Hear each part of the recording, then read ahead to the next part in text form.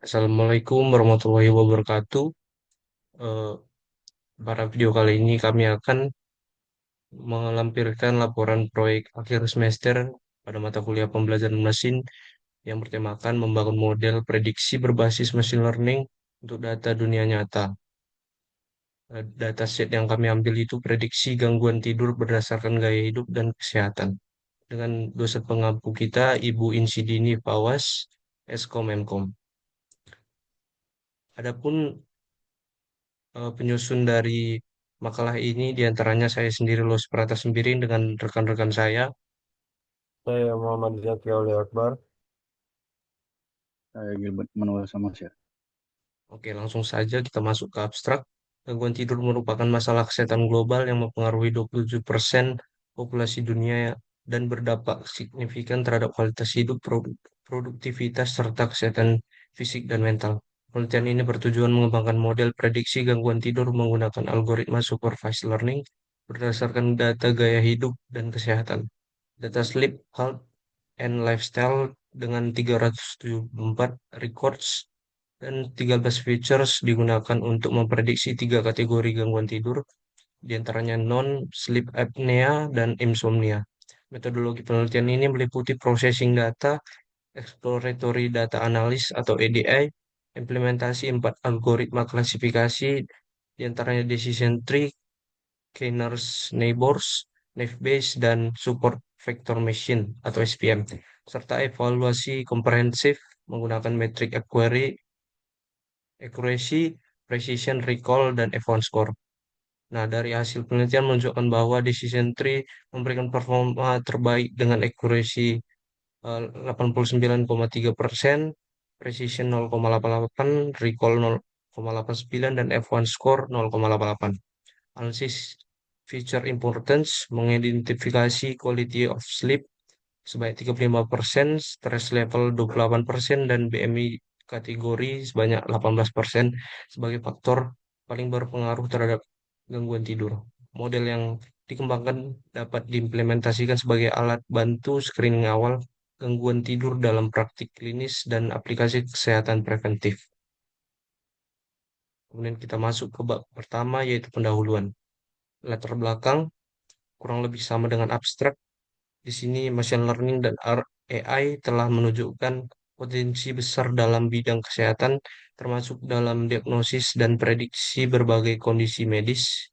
Teknologi ini dapat memberikan kontribusi signifikan dalam mengidentifikasi pola-pola kompleks yang mengarah pada gangguan tidur berdasarkan data gaya hidup dan kesehatan seorang.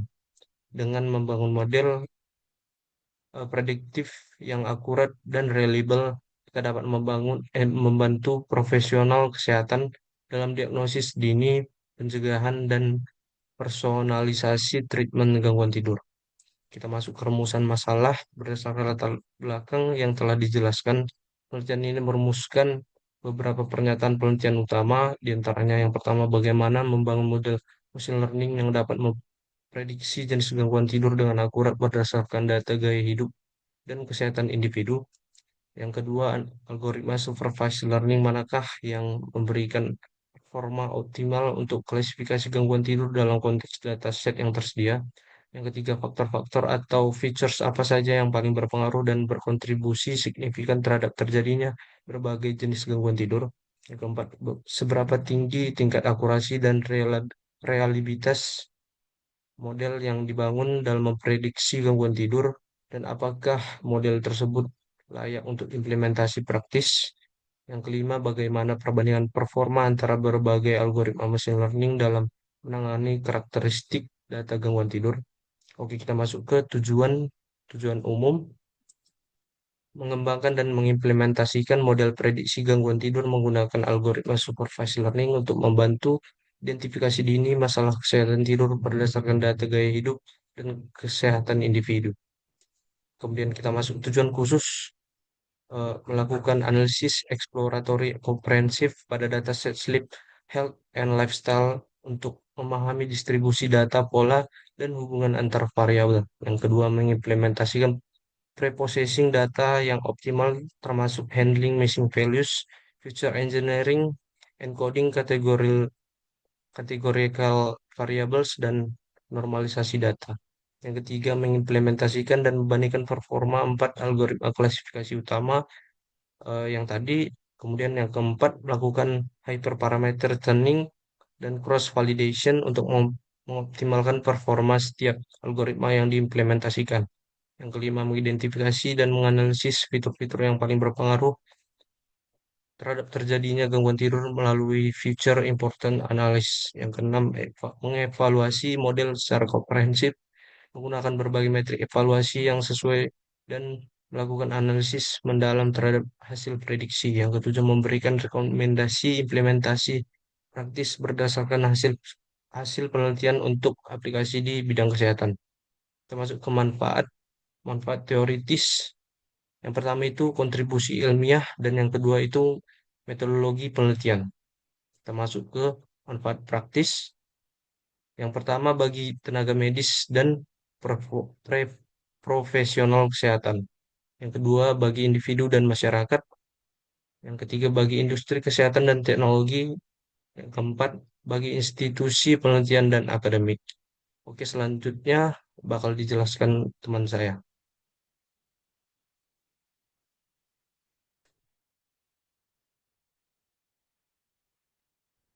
Baik, kita masuk ke bab 2.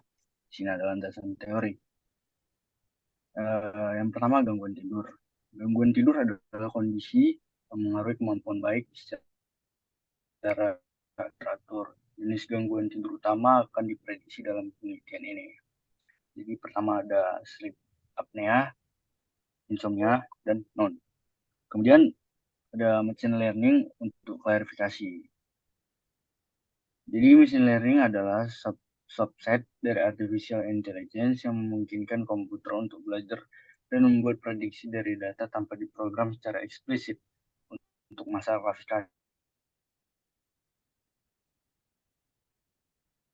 klasifikasi gangguan tidur, kita menggunakan supervised learning. Decision tree adalah algoritma yang membuat keputusan berdasarkan serangkaian pertanyaan tentang fitur data. Jadi keunggulannya yang pertama ada mudah diinterpretasi dan divisualisasikan, dan dapat menangani data numerik dan kategorikal, dan kemudian tidak memerlukan asumsi tentang distribusi data. Kemudian untuk algoritma selanjutnya ada KNN atau K-nearest neighbor. Jadi KNN ini mengklasifikasikan data berdasarkan mayoritas kelas dari K tetangga terdekat. Untuk unggulannya sederhana dan mudah dipahami, efektif untuk dataset dengan pola lokal yang jelas, dan tidak membuat asumsi tentang bentuk decision boundary. Kemudian algoritma naive Bayes. Naive Bayes berdasarkan pada teorema Bayes dengan asumsi independensi antar fitur. Untuk unggulannya, padan efisien, bekerja baik dengan dataset kecil, dan robust terhadap irrelevant features.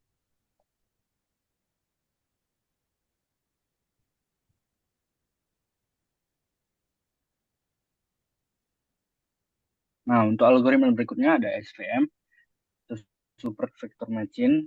Jadi, SVM ini mencari hyperplane optimal yang memisahkan kelas dan margin maksimum. Unggulannya adalah efektif untuk high dimensional data, memory efisien, detail, dengan berbagai kernel functions. Nah, untuk evaluasi modelnya, matriks evaluasi yang digunakan pertama akurasi, precision, recall, event score, dan confusion matrix. Oke, kita lanjut ke bab 3, yaitu metodologi. Nah, pada bab 3 ini kita membahas tentang dataset dan tahapan penelitiannya. Jadi dataset kami bersumber dengan judul Sleep Health and Lifestyle Dataset dengan jumlah data 374 records dan fiturnya ada 13. Nah, untuk target variabelnya sendiri itu ada sleep disorder. Nah, untuk fitur-fiturnya ada 13-nya, yaitu person ID, gender, age, occupation, sleep duration, quality of sleep, physical activity level, stress level, BMI kategori, blood pressure, heart rate, daily steps, dan sleep disorder. Nah, untuk tahapan penelitiannya, yang pertama ada data pre-processing. Jadi di situ ada loading dan inspeksi data, Dan yang kedua ada handling missing values. Ketiga ada feature engineering yang di dalamnya terdapat encoding categorical variables, normalisasi numerical features, dan feature extraction dari blood pressure-nya. Kemudian yang keempat, data splitting dibagi menjadi 80% data training dan 20% testing. Kemudian kita masuk ke tahapan eksplorasi data analis atau EDA. Di sini terdapat distribusi target variabel, analisis korelasi antar fitur, visualisasi hubungan fitur dengan target, analisis distribusi data berdasarkan demografi. Dan kemudian kita membahaskan tentang model development, dan dalamnya terdapat implementasi 4 algoritma klasifikasi, training model dengan data training, hyperparameter tuning, dan cross validation. Dan kemudian ada model evaluation, di dalamnya ada prediksi pada data testing, perhitungan matriks evaluasi, analisis conclusion matrix, dan feature important analysis. Dan selanjutnya akan dijelaskan oleh rekan saya. Terima kasih. Lalu kita masuk ke bab 4 yaitu implementasi dan hasil. Di bab pertama ada data processing di mana dataset tidak memiliki basic values namun dilakukan pre-processing berikut. Di antaranya yang pertama, encoding categorical variables, terdapat gender, occupation, dan BMI kategori. Yang kedua ada ekstraksi silotik dan diastolic blood pressure, normalisasi fitur numerik, dan label encoding untuk target variabel. Kita masuk eksplorasi data analis. Di sini ada distribusi disorder. Di sini non terdapat dari total data ada 60%, sleep apnea ada 25%, dan insomnia terdapat di 15%.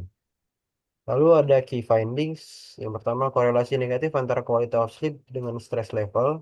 Yang kedua ada BMI kategori berkorelasi dengan sleep disorder. Dan yang ketiga ada physical activity level mempengaruhi kualitas tidur.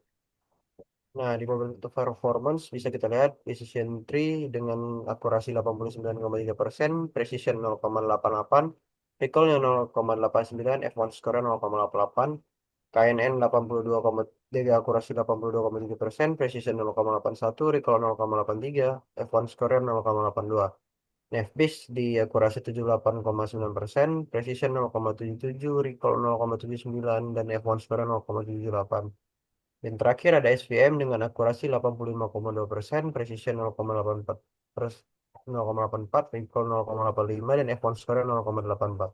Dan dari semua model ini, model terbaik yang merupakan decision tree dengan akurasi 89,3%. Nah, berikutnya ada fitur importance. Berdasarkan analisis decision tree, ada quality of sleep dengan 0,35, stress level 0,8, BMI kategori 0,18, physical activity level 0,12, dan age-nya 0,07. Nah, masuk bab kedua, bab 5 di mana ini merupakan bab pembahasan. Di yang pertama ada analisis hasil. Model decision tree memberikan performa terbaik dengan akurasi 89,3%. Hal ini menunjukkan bahwa decision tree mampu menangkap pola dan aturan yang jelas dalam data gangguan tidur. Yang kedua, di struktur pohon keputusan mau sesuai dengan cara diagnosis medis yang bertahap. Yang ketiga, model tak dapat dengan mudah diinterpretasi oleh tenaga medis. Yang keempat, algoritma efektif dalam menangani tidur kategorikal dan numerik secara bersamaan. Berikutnya ada faktor penentu gangguan tidur. Berdasarkan fitur importance analysis, yang pertama, quality of sleep adalah faktor paling dominan. Yang kedua, stress level memiliki hubungan kuat dengan gangguan tidur. Yang ketiga, BMI kategori menunjukkan hubungan dengan sleep apnea. Yang keempat, physical activity berperan dalam kualitas tidur. Selanjutnya ada aplikasi praktis. Modal dapat digunakan untuk screening awal gangguan tidur. Yang kedua, intervensi dapat difokuskan pada manajemen stres dan aktivitas fisik. Dan yang ketiga, monitoring BMI penting untuk pencegahan sleep apnea. Selanjutnya ada keterbatasan. Nah, di sini ada dataset relatif kecil atau dengan total data 374 sampel. Yang kedua ada distribusi kelas tidak seimbang. Dan keempat, beberapa fitur mungkin berkorelasi tinggi. Nah, di bab yang terakhir atau bab ke-6 ada lampiran. Nah, di sini kita masuk ke di mana kami memproses dataset ini. Pertama, di sini terdapat kami mengimport beberapa library. Nah, selanjutnya kami meloading data atau kami melihat bagaimana isi data tersebut. Sini menampilkan isi dari data ini terdapat dengan tadi 13 fitur atau 13 kolom.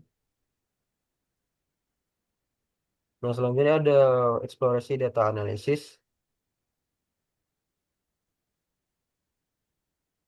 Di sini tujuannya untuk menampilkan visualisasi dari data-data kita.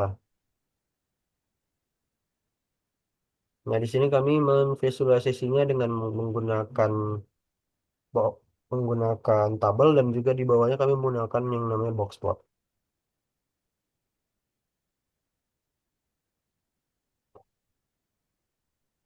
Di sini melakukan korelasinya. Dan di sini bisa terlihat umur merupakan korelasi yang paling mempengaruhi sleep apnea, kondisi tidur, kualitas tidur dari masing-masing orang. Dengan eh, skor korelasinya mencapai angka 1 atau tertinggi. Nah, selanjutnya ada data preprocessing.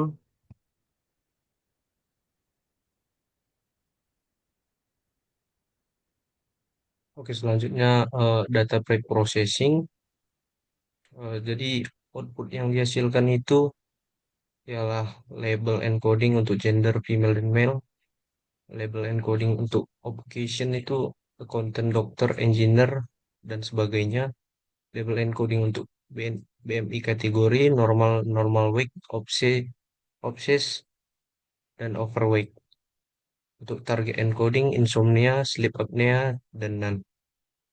Nah, untuk shape setelah di pre-processing itu yaitu 374,4 14. Kemudian kolom setelah preprocessing itu age, sleep duration, quality of sleep, physical activity level, stress level, heart rate, daily steps, sleep disorder, celtic BP, diastolic BP, gender econded, dan sebagainya. Kemudian kita masuk ke persiapan data untuk modeling. Jadi di codingan ini data bakal diproses sebelumnya untuk masuk sebelum ke modeling machine learning. Jadi dia bakal memisahkan fitur X dan target Y, di mana targetnya adalah kolom sleep disorder encoded, sedangkan fitur lainnya dipakai sebagai input model.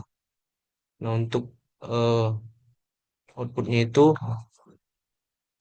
features yang digunakan ialah kolom age, sleep duration, quality of sleep, physical activity level, stress level, heart rate, daily steps, stay stolic BP, diastolic BP, gender econded, occupation econded, BMI kategori econded.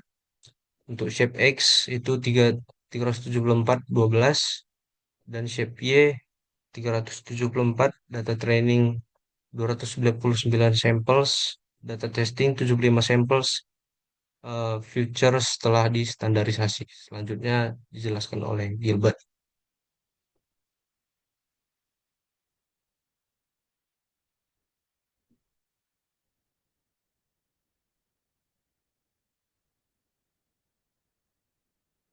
Baiklah, masuk yang kelima kembali dengan saya dengan model training dan evaluasi. Di sini kita akan melihat data, karena tadi kita sudah menguji data dengan data training dan data testing. Jadi di sini kita lihat output yang dikeluarkan di sini merupakan terlihat di mana decision tree dengan akurasi 0,93, dan KNN dengan akurasi 0,96, NetBeans dengan akurasi 0,86, dan SVN dengan akurasi 0,92. Selanjutnya, sini kita akan di yang keenam melakukan perbandingan model. Tujuannya agar kita mengetahui bahwa model mana yang akan kita gunakan di eh, akhir nanti. Oke, kita lihat tabel outputnya. Nah, scroll ke sedikit. Nah, terlihat di tampilannya ya bahwa model terbaik di yang tadi itu merupakan dengan decision tree. Nantinya yang ketujuh akan lanjut ke Gilbert.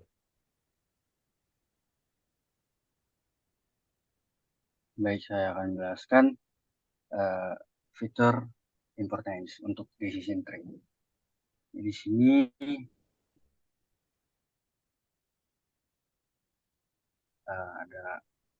ada visualisasi feature importance, kemudian di sini ada plot feature importance pie chart, dan ke bawahnya.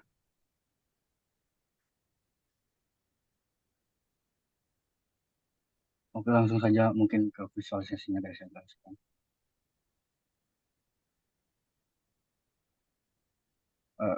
Kata sedikit zoom. Nah, untuk analisis feature importance-nya menggunakan decision tree, di sini kita bisa lihat dengan importance yang tertinggi yaitu BMI categorical encoded, dan dilanjutkan oleh physical activity level, dan bisa dilanjutkan ke bawahnya sesuai dengan grafik diagram batang. Oke, bisa kita lanjut ke kesimpulan dan saran. Nah, untuk kesimpulannya, jadi kami berhasil membangun model prediksi gangguan tidur dengan akurasi 89,3% menggunakan decision tree. Kemudian yang kedua, quality of sleep, stress level, dan BMI kategori adalah faktor yang paling berpengaruh.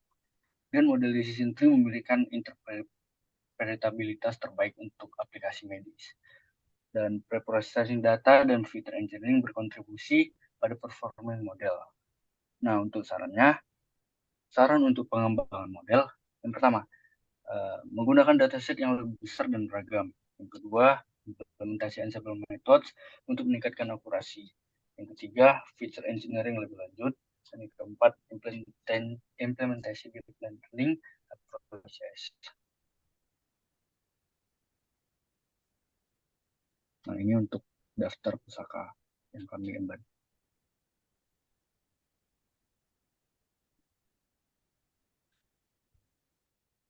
Baik, cukup sekian yang bisa kami sampaikan pada video kali ini. Untuk lebih kurangnya kami mohon maaf. Wassalamualaikum warahmatullahi wabarakatuh.